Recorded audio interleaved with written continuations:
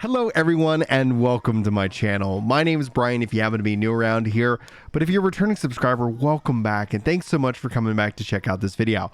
Now, it's the goal of this guide to kind of get you all set up and rocking and rolling with my ultimate AOE Mage build. The inspiration comes from Final Fantasy XIV's Black Mage, dealing the fire and using the ice, but with the or at least the focus on being about that AOE damage, crowd damage to the maximum. And I hope you get something good out of it. If you guys have any other suggestions, things that you would do differently, sound off in the comments below. That way anybody else who's checking out this video can also see what other suggestions the community has and what modifications they would make to this guide. But let's go ahead and dive right in. We're going to start with skills. I think that's the best place to start. Then we'll talk about gear and perks and so much more.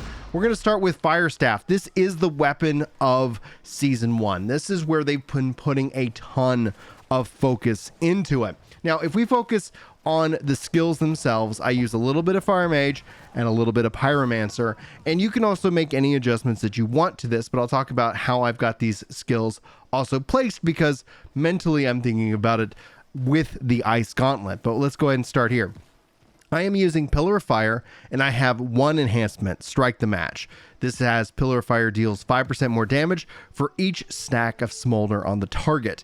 I have one enhancement, Spell Focus. This has heavy attacks no longer consume mana and will now restore 5% of your mana on hit. I take this as opposed to the Arson's Advantage, which is gain 15% of maximum mana per enemy hit with Pillar of Fire. I just take this as an overall focus. I'm also using Meteor Shower. This is a big change from the previous seasons, I guess season 0, as this is season 1. This is going to let you summon down a 4.5 meter radius rain of meteors for 4 seconds up to 20 meters away. This is going to deal 100% weapon damage to targets upon entering the area, and it deals an additional 50% weapon damage every 1 second while the target remains inside. I have this enhanced with Immolation. Meteor Shower gives you 3% of your maximum mana for each instance of damage dealt. Judgment of Helios, hitting the target inside the Meteor Shower with a light or heavy attack will inflict Smolder on the targets, dealing 10% weapon damage to for each second up to 6 seconds. And then finally, Fire Determination adds Grit while casting Meteor Shower. This is going to prevent you from being staggered by incoming attacks. I have this enhanced with Spell Slinger. Your Fire Staff abilities gain a extra 10% chance of critical strike. Also, Flare, heavy attacks now trigger a 1 meter splash damage on impact. It's going to travel 25% slower, but that's okay. Honestly, big fan of Flare. We'll talk about it in a little bit. Prophet of the Fire God, while holding the Fire Staff, your critical strike damage is increased by 15%. So there's the crits that is all playing around there. This is also ultimated out with Rune of Helios. Using a Fire Staff ability, places a 4 meter rune on the ground that increases your damage by 20% while standing inside. The rune lasts for 7 seconds. So you can see here, that's how I've got this enhanced. The reason I end up taking Flare for that heavy, for that splash damage, I like that aspect of what it brings, because even if I'm not on cooldown, I can still put out AOE damage, and I really like that change that they brought in with Season 1. Now, let's move over to our Pyromancer tree. I'm taking Pyromania. All attacks deal 10% increased damage against targets with Burn or Smolder. The perk here, Kindle, applies Smolder effect. It's going to last 20% longer. Trial by Fire. When hitting a target with 4 meters of the player, create a field of fire around you, dealing 20% weapon damage to all nearby enemies within 4 meter radius for 5 seconds. Then I also am taking the Flamethrower. I like this ability, but you can get into, you want to not necessarily take this with any kind of evasion perk. If you're doing a dodge, you're going to have to cancel out of this. It's a whole thing. We can talk a little bit more about that when we get to gear. Flamethrower, create 4 meter jet of flame from the staff, dealing 100% weapon damage every second. Each hit inflicts a stack of Smolder, dealing 10% weapon damage for each second for 6 seconds. This will max out at 5 stacks. You can then have Fire's Reach, increase the Flamethrower reach by 50%. The Infernal Flames increase the base damage of the Flamethrower by 25%. And then Pyrodancer, the Flamethrower has no cooldown. I find this one to be one of the most important ones. And then lastly, and the perks, watch it burn, critical strikes, critical hits with the fire staff abilities inflict a stack of smolder, dealing 10% weapon damage each second. So you can see why I'm taking the critical chance up along with this.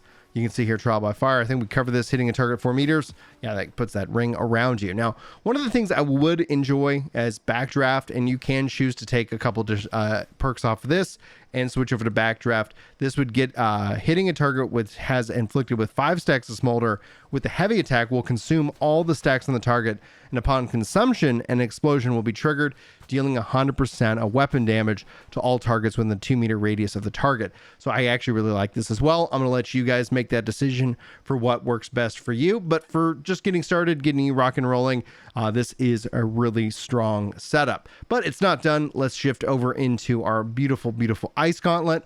And let's talk about our Ice Gauntlet abilities as well. First and foremost, from the Ice Tempest side of things, I'm taking critical rejuvenation, gain 15% mana whenever you critically hit a target. You got energized critical, increase critical damage of Ice Gauntlet abilities by 10% when stamina is full. Then I'm taking my Ice Storm, creates a 5 meter radius of storm around the target that deals 17% weapon damage every 0.33 seconds for 5 seconds. The storm also creates a frosted area that slows enemies in it by 25%. I have this enhanced with weakening gust. Ice Storm damage is increased by 10% to enemies that are below 50% health. Then I've got Storm Summoner. Ice Storm mana cost is decreased by 80% while at full mana. And then finally, Punishing Storm. Increase Ice Storm damage by 10% for each enemy inside the Ice Storm. And then my final enhancement over here is Critical Frost. Increase critical chance by 15% when hitting an enemy in a frosted area or when hitting an enemy with Frostbite.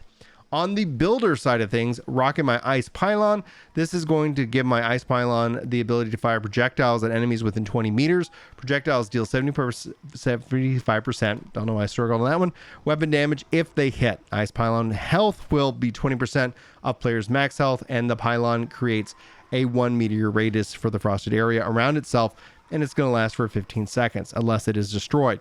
Hold the ability input for 1 second to despawn the Pylon. It's going to cost 15 mana. Now, this is enhanced with Greater Pylon, increased damage of Ice Pylon by 10% against low targets.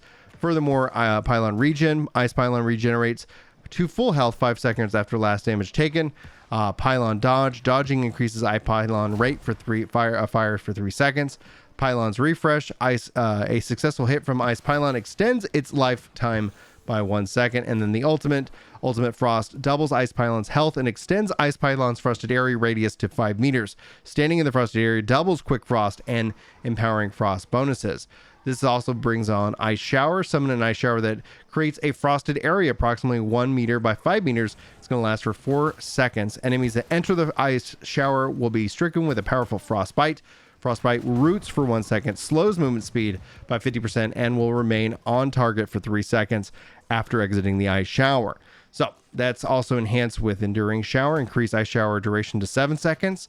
Any ally, including self, that gets a 25% haste for 2 seconds when entering the Ice Shower, and Frigid Showers. Frostbite applies Rend to target, reducing their defense by 10%. Also enhanced here is Quick Frost, increase movement speed by 10% in a frosted area, and Empowering Frost, gains 6 mana for each attack performed while in a frosted area. Well, that's not all. Let's go ahead and talk about kind of our skills and our abilities, our weapons and things like that. Obviously, from a perks perspective, we're going to be looking for like a wide range. And I'm in here focusing on obviously like PvE style perks, but we can see if we can also enhance these guides down the road with more PvP stuff of that nature. Again, start thinking about the skills that you're taking, and here are some of the perks that you could probably try to chase after. Now, on this weapon alone, you see that I actually added in these gems. Now, for the Rune Glass of Abysmal Opal, just note that there are many of the Rune Glasses, and you want to kind of look for something. I didn't have anything on the PTR that was flame-based, but I went ahead and take the 12% damage while your stamina is not full. I do a lot of damaging, a lot of dodging. You could shift to Diamond. Diamond would be a really good choice if you're not doing a lot of dodging. If your stamina is always full, you're not going to get advantage of that. Start to try and pair these things in your mind so that if you do a lot of dodge rolling, you might want to look at any kind of, perks that are going to enhance based off of that dodge, right? So we talked about the Ice Pylon benefiting from dodge. All of these things can end up playing out really well. And there's definitely some awesome perks that are going to increase your stamina, giving you more dodges. So again, there's so many potential options here, but just kind of calling that out for you guys to take a look at. Now, this is PTR stuff. I've got Playtaster, Fire Staff of the Scholar, focusing in on intelligence, focusing here. I got Vicious, which is really great. I also have Empowering Meteor Shower on this. When Meteor Shower hits, gain 2.9% in power for 6 seconds. It's going to stack up to 10 times. Now, one of the great things about Meteor Shower, like you saw in kind of the highlight video, if I go ahead and use it, well, if I actually switch to the correct weapon, it is no longer a full channel. So you can actually move around and do other abilities and swap your weapon while Meteor Shower is going on. That is a big change that they've made with the season, and it ends up being, I think, a really good one in my opinion. So having that, anything that was probably going to empower your ability, Flame Attunement, it's going to have attack steal 14% weapon damage as fire. That's got a 1% cooldown. You also going to have Shirking Flames. After dodging an attack, your next hit within 6 seconds is going to deal more base damage. Obviously, Vicious and Keen are always going to be, good for people to check out. Fortifying Burnout, Chain Fire, Refreshing Pillar of Fire, Empowering Meteor Shower that we just covered, Accelerating Flamethrower. I'm not using Incinerate, but Empowering Incinerate are some good options for that. Now, if you're looking for all the list of perks, or if you're trying to find a specific perk on a weapon, go to the trading post, hit this little button, hit add perk, and then you can start to search. As if I just search fire, you're going to see a couple different options here that have fire listed in the name. So you can kind of play around, search for different weapons and perks that you might want to start to track and kind of persist on. Now, from a, I guess attributes piece of it, every bit of intelligence that you can start to pour into it, getting over 300 is going to be preferred. You can always do this with the points, with the gear itself, or also with food. You can always check what kind of foods that has various different attributes, and you can see what's going to give you the most bang for your buck. So in this case, that's Constitution.